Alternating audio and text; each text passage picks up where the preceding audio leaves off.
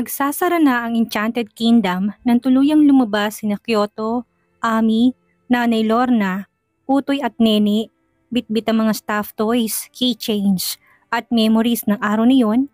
Lahat sila ay may ngiting pagod ngunit kontento. Tulog na agad, sabi ni Ami habang inaayos ang seatbelt ni Nene sa backseat. Si Utoy naman nakasandal na kay Lorna, naghihilik ng banayad. Don't worry, bulong ni Kyoto habang binubuksan ang pinto sa passenger seat para kay Ami. Sila lang ang tulog, pero ikaw, sa'yo lang nakafocus ngayong gabi. Napataas ang kilay ni Ami pero hindi mapigilan ang ngiti. Marunong din palang mambolang isang attorney Kyoto Inoue. Hindi ako nambobola no? Umupo na siya sa tabi nito sa front seat. Habang umaandar ang sasakyan pa uwi, tahimik muna silang dalawa. Nakatingin si Ami sa bintana. Pinagmamasdan ang mga ilaw sa kalsada. Si Kyoto naman pasimpleng sumusulyap sa kanya habang hawak ang manibela. Thank you. Bulong ni Ami. Sa ano? Tanong ni Kyoto. Bahagyang bumagal ang takbo ng kotse. Sa lahat, sa pagsama sa amin, sa effort, sa pagiging mabait sa pamilya ko. Natural lang yon. Kasama sa trial boyfriend duties yon, hindi ba? Sabay kindat niya. Ani Ami pero halata ang saya sa mga mata niya. Kung ganito ka sa trial, baka ma-inlove na talaga ako. Napalingon si Kyoto. Bakit? Hindi pa ba? Ha? Hindi ba umamin ka sa akin na gusto mo ako? Napahinto ang paghinga ni Ami saglit. Hindi siya sumagot, pero dahan-dahang inilagay ni Kyoto ang kamay niya sa ibabaw ng kamay ni Ami habang ito'y nasa kanyang kandungan. Hindi niya inalis. Pagdating sa mansyon, kaagad nang tumuloy sina Nanay Lorna at Utoy sa kanilang kwarto, habang karga-karga si Nene na mahimbing na natutulog. Samantalang sina Ami at Kiyomi naman ay nagtuloy sa kitchen at nagtimpla siya ng hot choco. Para sa kanilang dalawa saka nagtungo sa balcony. Tahimik, banayad ang simoy ng hangin at ang ilaw. Nang bumilyang dilaw sa balcony ay lumilikha ng malamlam na glow sa kanilang mga mukha. Tahimik si Ami habang hinihigop ang hot choco. Katabi niya si Kyoto, halos magkadikit ng mga balikat nila sa upuang yari sa metal. Sweet, peaceful, perfect dapat. Pero sa likod ng mga ngiting iyon ay may kumakatok sa isipan ni Ami. Bakit nga ba? Bakit ang bilis? Bakit ngayon lang kami naging close pero para bang sobrang nakaagad ang gesture niya? Bakit bigla niya akong niyayang mag-date? Dahil ba may feelings na talaga siya? O dahil naaawa lang ito sa kanya? Napatingin siya kay Kyoto na seryosong nakatitig sa madilim na kalangitan. Kyoto, mahinang tawag ni Ami, halos pabulong. Sagot nito nang hindi lumilingon. May tanong ako. Shoot, bakit mo talaga to ginagawa? Napalingon to sa kanya. Ang alin? Ito, lahat to. Tumigil siya saglit. Yung pagdadala sa amin sa Enchanted, yung pagiging sweet mo, yung pagyayaya mong mag-date. Totoo ba talaga? Or dahil naawa ka lang sa akin? Or dahil wala lang? Nagtagal bago sumagot si Kyoto. Tumingin siya sa kanya, tuwid. Tahimik pero may laman. Ami, panimula niya. Kung naaawa lang ako sa'yo, sa tingin mo ba gugustuhin kong makasama ka buong araw? Sa roller coaster, sa Rio Grande, sa Ferris wheel, sa tabi mo. Hindi siya nakaimik. Ginawa ko to kasi gusto kong makilala ka. Gusto kong malaman kung ano bang klaseng babae, yung biglang gumulo sa tahimik kong buhay. Gumulo? Inis na tanong ni Ami. Yeah, ngumiti si Kyoto. Gumulo in the best way possible. Napatingin si Ami sa tasa ng hot choco. Uminom siya ulit pero ngayon may bahid ng ngiti sa kanyang labi. Pero trial lang ito, hindi ba? Tanong niyang muli. May deadline. Maybe, sagot ni Kyoto habang tumingin muli sa langit. Pero minsan, kailangan mo lang magsimula sa trial para malaman mong worth it pala ang panghabang buhay. Tumahimik si Ami. Napatingin siya sa mukha ni Kyoto at sa unang pagkakataon, hindi niya alam kung anong nararamdaman niya. May saya, may kilig, may takot at higit sa lahat, may tanong pa rin. Totoo ba talaga ito o hanggang trial lang ako sa puso niya? Pero sa gabing iyon, kahit pa wala na pang kasagutan, pinilit tumahimik si Ami. Dahil minsan sapat na munang presensya, sapat ng katahimikan, sapat ng kamay niyang marahang inilalapit kay Kyoto. At ang titig nitong nagsasabing hindi kita pinaglalaruan. Mainit na sumalubong ang sikat ng araw sa loob ng malaking mansyon ng pamilya Inoue. Tahimik ang paligid. Tanging mga ibon mula sa mini garden at tunog ng fountain sa likod bahay ang maririnig. Nagising si Ami sa guest room nila. Katabi si Nene na mahimbing pa rin natutulog. Nakita niyang may tray sa bedside table. May breakfast, orange juice, at isang sticky note. Good morning, meet me at the pool area. Napakagatlabi siya. Trial boyfriend duties pa rin ba ito?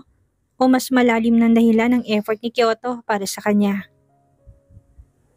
Tahimik siyang lumabas, nagpalit ng pambahay na damit at nagtungo sa pool area kung saan natagpuan niya si Kyoto, naka-white button-down shirt. Hawak ang 2 mug ng kape at may malawak na ngiti. You're late, bungad nito. Wala naman nakalagay na oras sa note mo eh. Kontra niya pero hindi maitagong ngiti. Tss, umiling-iling ito. Let's go, may inihanda akong trial date surprise para sa'yo. Sa pool area ay mayroong mini garden na may mesa tupuan na sa ilalim ng puno ng mangga. Sa ilalim ng puno, may nakahandang blanket at may nakahandang chessboard, croissants at strawberries na may whipped cream. Trial chess match, ani Kyoto. Kung sinong matalo, sasagot ng isang truth. Napailing si Ami. Talo ako agad dyan. Kaya nga to sinadya, ang daya. Gumisi lang si Kyoto sa kasananyasan si Ami na maupo na rin. Nag-umpisang maglaro ang dalawa na para bang sila lang ang tanging tao sa paligid. Tila ba pansamantalang nawala na muna sa isipan nila ang takot, ang nakaraan at ang pangalang Harold Bajaras. Sa huli syempre ay natalo si Ami. Okay, ani Kyoto habang umiinom ng kape. Truth time, sagutin mo ng totoo. Fine. Nakasimangot si Ami nang sabihin yun. Bakit mo ko nagustuhan? Hindi ko alam, sagot niya. Gusto ko yung pakiramdam kapag kasama kita. Safe, masaya. Siguro dahil sa kabutihan mo sa akin kaya nagustuhan kita. Diretsong sagot ni Ami bagamat kinakabahan. Bahagyang tumango si Kyoto sa narinig na sagot ng dalaga. Na para bang kontento na siya sa narinig. That's fair enough. Maya-maya nagring ang phone ni Kyoto, isang business call mula sa kanyang ninong.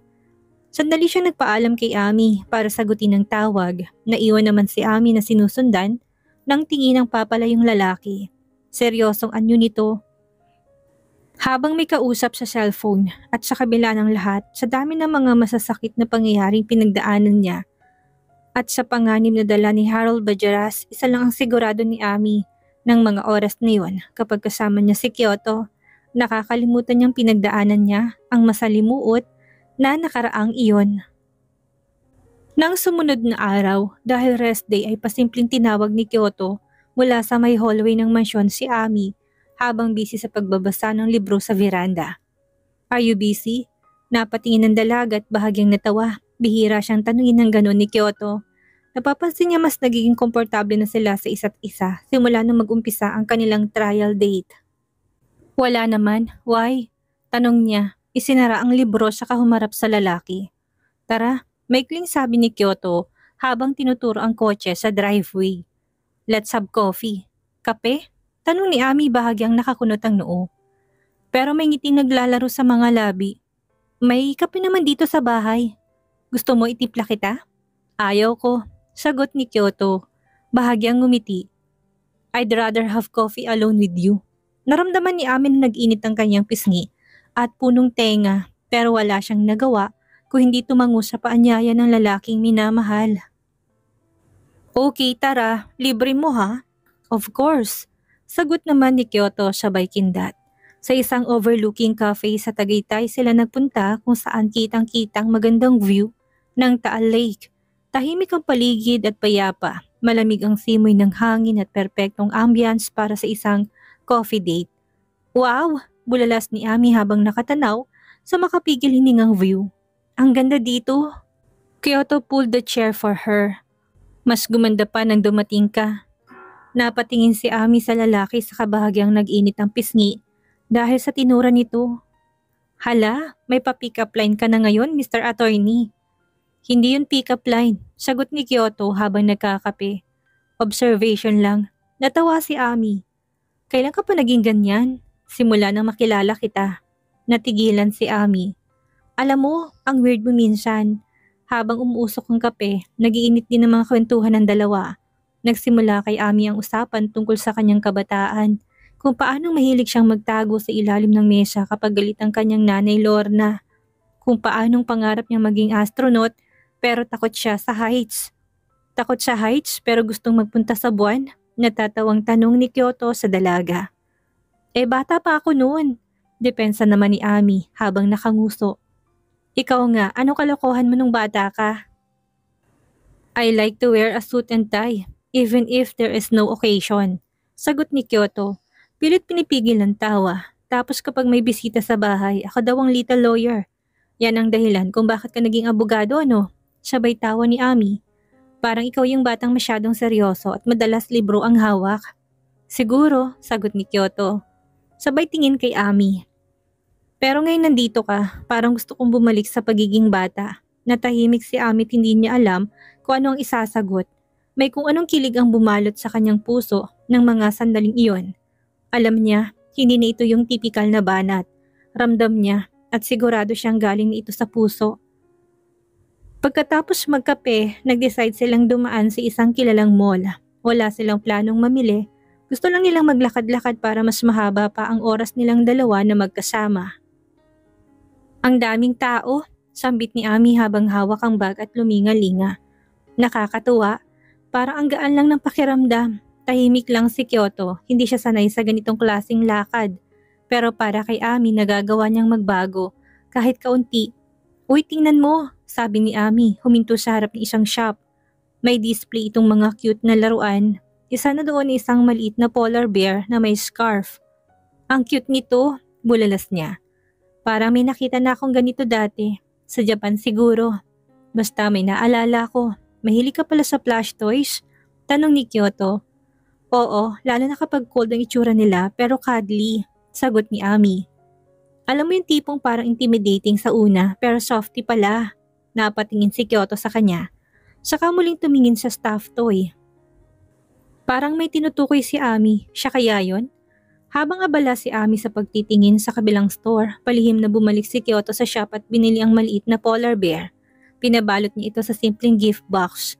May blue ribbon at pinatago sa kanyang sasakyan. Pagka-uwi niya mula sa pamamasyal, tahimik na muli si Kyoto. Si Ami naman ay abala sa pagbubukas ng ilang grocery items na binili nila. Tahimik ang gabi, maliban sa mahinang huni ng mga kuliglig mula sa garden. Tulog na rin ang mga bata dahil late na at tanging ang mga kasambahay at bodyguards na lang ang nananatiling gising. Salamat ha sa pag-invite sa akin na magkape kanina, ani Ami habang inaayos ang bagay sa mesa. Ang gaan lang talaga ng araw na to, the night is not over yet. Sagot ni Kyoto at mula sa kanyang likuran ay nilabas niyang isang gift box na kanina pa niya hawak-hawak at inabot sa dalaga. May nakalimutan ka? Ano to? Buong pagtatakang tanong naman ni Ami, kunot noo. Hindi ko naman, just open it. Putol ni Kyoto sa sinasabi nito. Bagamat clueless, dahan-dahang binuksan ni Ami ang kahon at napasinghap siya. Pagkakita niya sa laman nito, ang maliit na polar bear parang biglang sumikto sa kanyang dibdib. Napanganga siya, hindi makapaniwala. Kyoto? Wala lang, para lang maalala mo ang araw na ito. Sabay tingin sa kanya. And so that you can also remember that not everyone who seems cold doesn't know how to love. Hindi nakakibo si Ami at nanatili lang na nakatingin sa lalaki. Habang malakas ang kabog ng dibdib, ang mga salitang yon kahit simple ay bumubuhos sa kanyang dibdib na parabang ulan sa tagtuyot. Hindi niya alam kung anong isasagot at sa halip niyakap niya ng mahigpit ang stuffed toy. At sa loob-loob niya, niyakap na rin ang idea na baka may pag-asa sila. Tahimik lang si Kyoto habang masayang pinagmamasdan ng dalaga. Hindi na niya kailangang magsalita pa dahil ang ngiti pa lang ni Ami ay sapat na para sa kanya. Sa gabing yun, sa gitna ng katahimikan ng mansyon, isang simpleng regalo ang nagsilbing hudyat ng pagbubukas ng pusong matagal nang nakasara.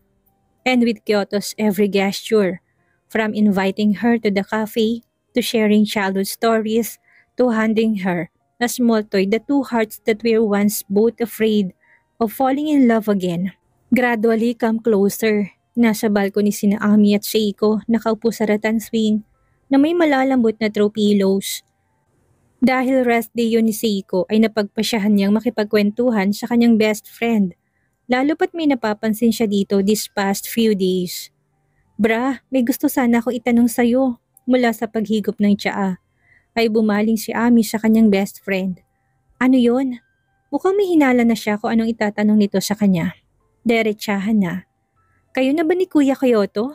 Tanong nito na nakataas ang mga on-flick na kilay. Muntik nang masamid si Ami sa narinig sa kagulat na napatingin sa kausap. Ha? Ano kayo? Hindi pa no? Napakunot noon naman sa Seiko pero merong pilyang ngiti sa mga labi. Hindi pa, pero may something na? Aminin mo na bra. Pagpupumilit pa ni Seiko habang nakataas sa mga kilay. Ang daming palihim na tinginan, late night talks at pag good morning coffee ni Kuya Kyoto na dati hindi marunong magsabi ng hi sa babae. Napakagatlabi naman si Ami sa mga narinig.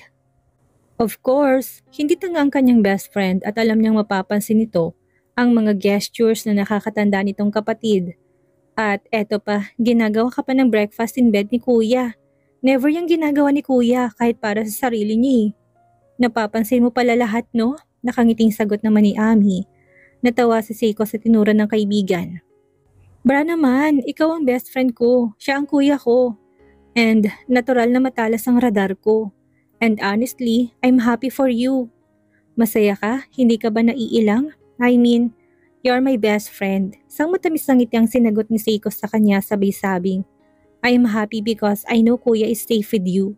I've been wanting to see him trust a woman again for a long time after what happened. And that's you, bra. Yung tipong hindi siya husgahan, hindi siya iiwan at higit sa lahat.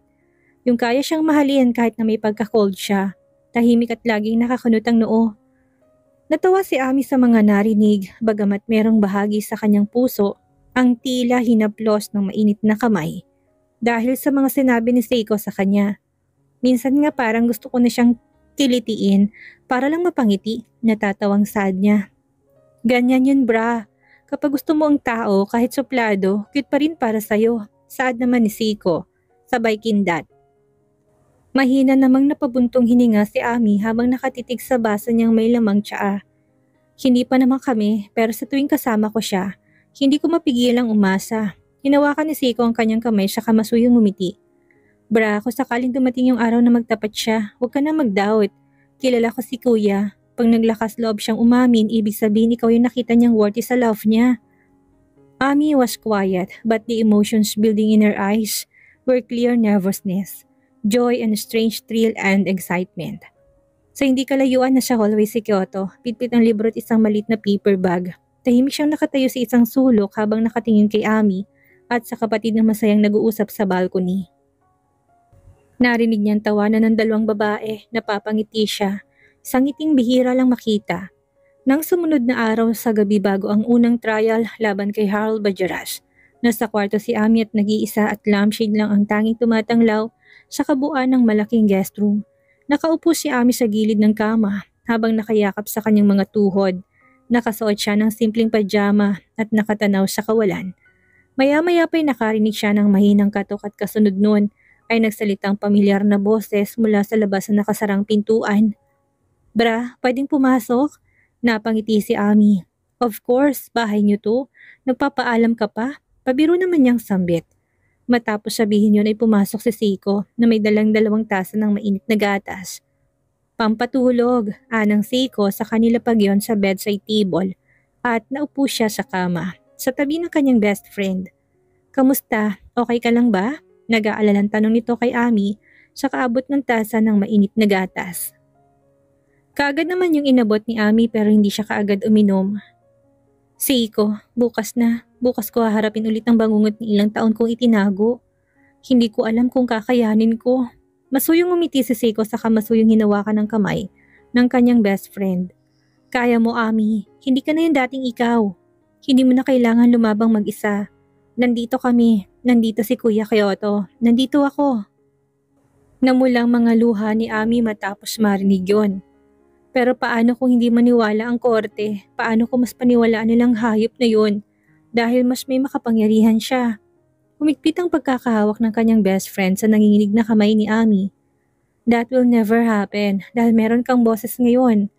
At maririnig ka nila, lalo na si Harold Bajaras. Maririnig ng hayop na yon mula sa iyo ang sakit na siya mismong gumawa. You're no longer a victim, Ami. You're a survivor. Tumulong luha ni Ami pero hindi siya umiiyak sa takot o pag-alinlangan. Umiiyak siya dahil sa tibay ng loob na ibinibigay sa kanya ni Seiko ng mga sandaling iyon. Minsan naiisip ko, kung wala kayo ni Kyoto, baka hindi ko na talaga nagawa ito. Lumapit si Seiko sa kaibigan sa kaniyakap nito ng mahigpit. Kung alam mo lang bra, kung gaano ka namin hinahangaan. Hindi madali ang harapin ng ganitong laban, lalo na sa mundong kadalasang pinipili ang manahimik. But you decided to stand up. That is why I'm proud of you, bra. You're not just brave. You're powerful. Hindi ko nga rin alam kung saan ko kinukuhang tapang, bra. Ani Ami sa mahinang tinig.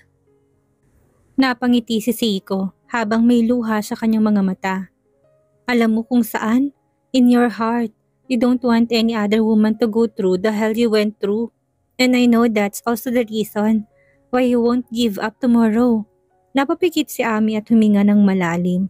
Gusto kong manalo, hindi lang para sa sarili ko, kung hindi para sa lahat ng katulad kong babae na natakot ipaglaban ng sarili at para sa dating Ami na ilang taon ding namuhay sa takot.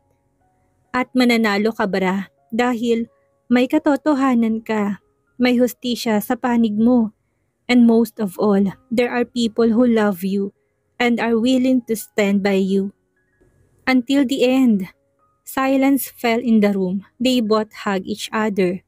A moment filled with compassion, fighting, and unconditional support for a best friend. Sa labas ng pintuan, nakatayo si Kyoto. Hindi siya kumatok.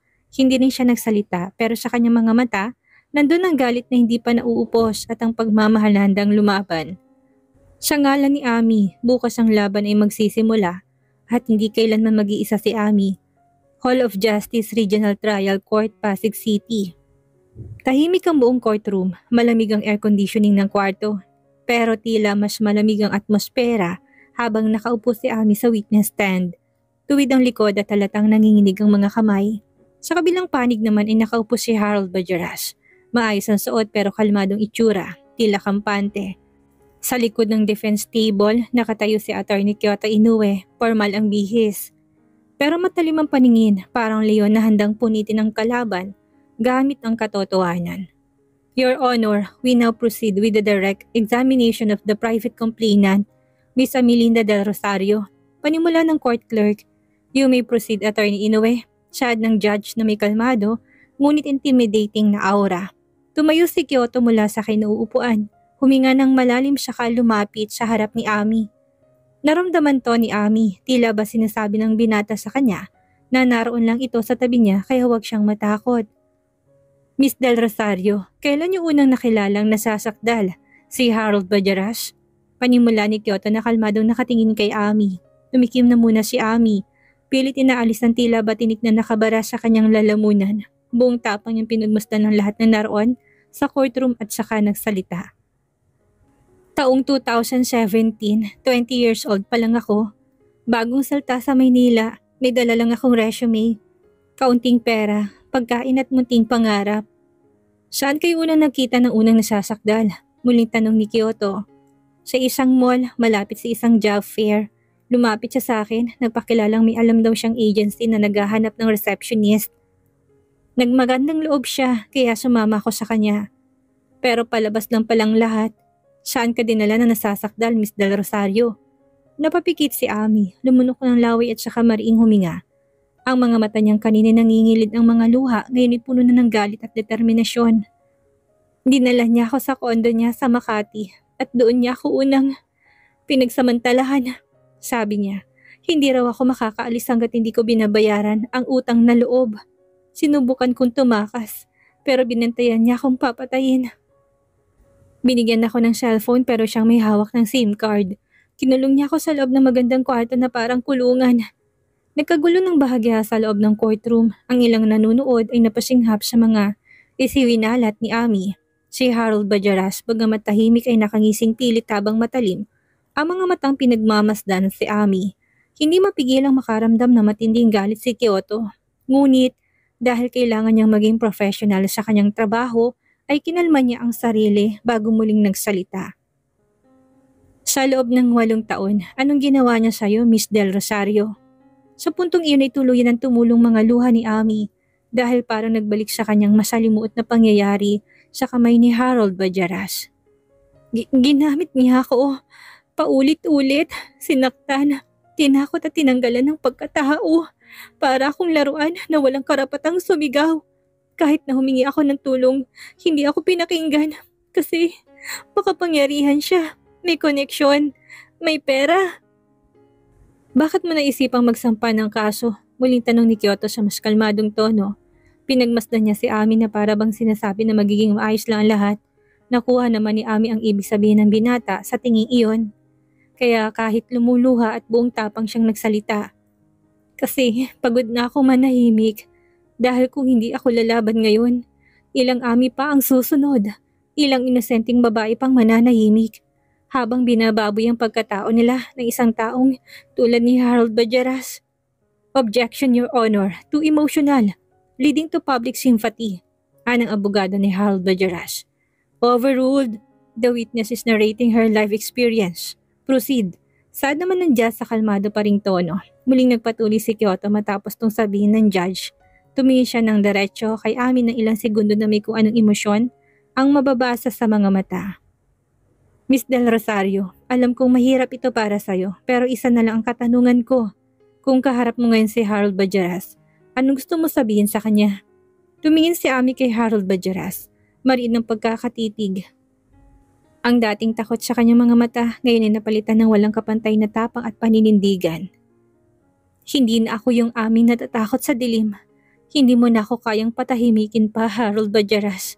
Ngayon gusto kong maging matapang para ipaalam sa buong mundo kung anong kahayupang ginawa mo sa akin. Tahimik ang buong courtroom. Ni maski paghinga ay tila ba, pigil ng bawat isa sa pangambang makalikha ng ingay. Lahat ay natigilan sa bigat ng mga salitang binitawan ni Ami. Marahang tumango si Kyoto sa dalaga bago humarap sa kagalang-galang na judge. No further questions, Your Honor. The defense may now proceed with their cross-examination. Sad naman ng judge, tumayong abogado ni Harold Bajaras, si Atty. De Leon, isang kilalang legal strategist na kilala sa panggigipit sa testigo sa korte. Maganda ang postura at may kumpiyansa na maipapanalo niya ang kaso ng kanyang kliyente. Sa likod niya si Harold Bajaras ay nakaupo, nakapangalumbaba at ngiting aso. Lumapit si Atty. De Leon sa witness stand kung saan nakaupo si Ami. Miss Del Rosario, tama ba? 8 taon mula noong unang umano'y insidente. Opo, matatag na sagot ni Ami. 8 taon, isang dekada na halos. Napatango-tango na sa ni Atty. De Leon. Tanong ko lang, bakit ngayon ka lang nagsampa ng kaso? Kung totoo ngang mga sinasabi mo, bakit hindi ka nagsumbong sa mga pulis, sa media, sa kahit na kanino? Nilingon ni Ami si Kyoto ng mga sandaling iyon. Tumango naman ito sa kanya. Hudyat na nasa kanya ang oras para ipaglaban ng sarili. Kasi natakot ako. Takot ako sa impluensya niya, sa bantang papatayin kita at pati pamilya mo. Kung magsusumbong ka, takot akong walang maniwala sa isang tulad kong simpleng babae laban sa lalaking konektado at may kapangyarihan. Pero hindi ibig sabihin na katahimikan ko noon ay kasinungalingan ang mga nararanasan ko. Sumikit ang mga mata ni Atty. De Leon sa mga narinig. Ngayon mo lang ba naisipang magsalita dahil may abogado ka ng gwapo? May supporter ka na? Ligtas ka na. Kumuya ang mga kamao ni Ami pero nanatiling matatag ang kanyang dibdib. Ngayon ako nagsalita dahil handa na ako. Dahil alam kong hindi ko kasalanan ng mga nangyari. Dahil gusto kong wakasan ang matagal ko ng pananahimik. Hindi lang para sa akin, kundi para sa lahat ng babaeng sinabihang tumahimik ka na lang at huwag magsalita. Pero sa 8 taon na yan, may CCTV footage ba? May medical record ba na tumutukoy sa pananakit ng aking kliyente sa'yo? May ebidensya ba na ginahasa ka? Huminga na muna ng malalim si Ami bago nagpatuloy. Walang video, walang litratong pwede kong ipresenta. Pero narito ako, buhay na ebidensya. Araw-araw kong pasa ng trauma. Ang takot, ang bangungot at hindi ibig sabihin na kawalan ng kamera ay wala ring krimen. Hindi lahat ng sugat ay nakikita. Pero merong panloob na sugat na kahit na anong gawin ay hindi magagamot. Hindi naghihilom. Tumahimik ang buong courtroom sa makapagbagdamdaming litanya na ni Ami. Lahat ay damang-dama at nakisimpatya sa sakit na pinagdaanan ng dalaga. Naalarma naman si Atty. De Leon dahil pansin niyang maski ang judge ay nakasimpatya sa babaeng kaharap. Miss Del Rosario, may relasyon ba kayo ng abogadong si Kyoto Inoue? Napapansin kong lihim yung palitan ng tingin at ngiti sa isa't isa. Naggulat ang lahat sa panghas na tanong na yon ni Atty. De Leon. Ang ilan ay napaubos na narinig at mahinang nagbulungan. Ang judge ay masinsinang tumitig sa dalagang nakaupo sa witness stand. Sandaling natahimik si Ami pero maya-maya rin ay buong loob niyang nagsalita. Wala kaming relasyon. Pero kung meron man, hindi nito babawasan ang katotohanang inabuso ako ni Harold Bajaras sa loob ng maraming taon. Ang kaso hindi tungkol sa kung sino nagmamahal sa akin ngayon, kundi kung sino sumira sa akin noon. Matatag at buong tapang na saad ni Ami sa lahat ng mga naroroon. No further questions, Your Honor, saad ni Atty. De Leon sa judge. Matapos nun ay bumalik nito sa mesa. Sa unang pagkakataon, si Harold Bajaras ay nabura ang ngisi at para bang naglaho ang kumpiyansa.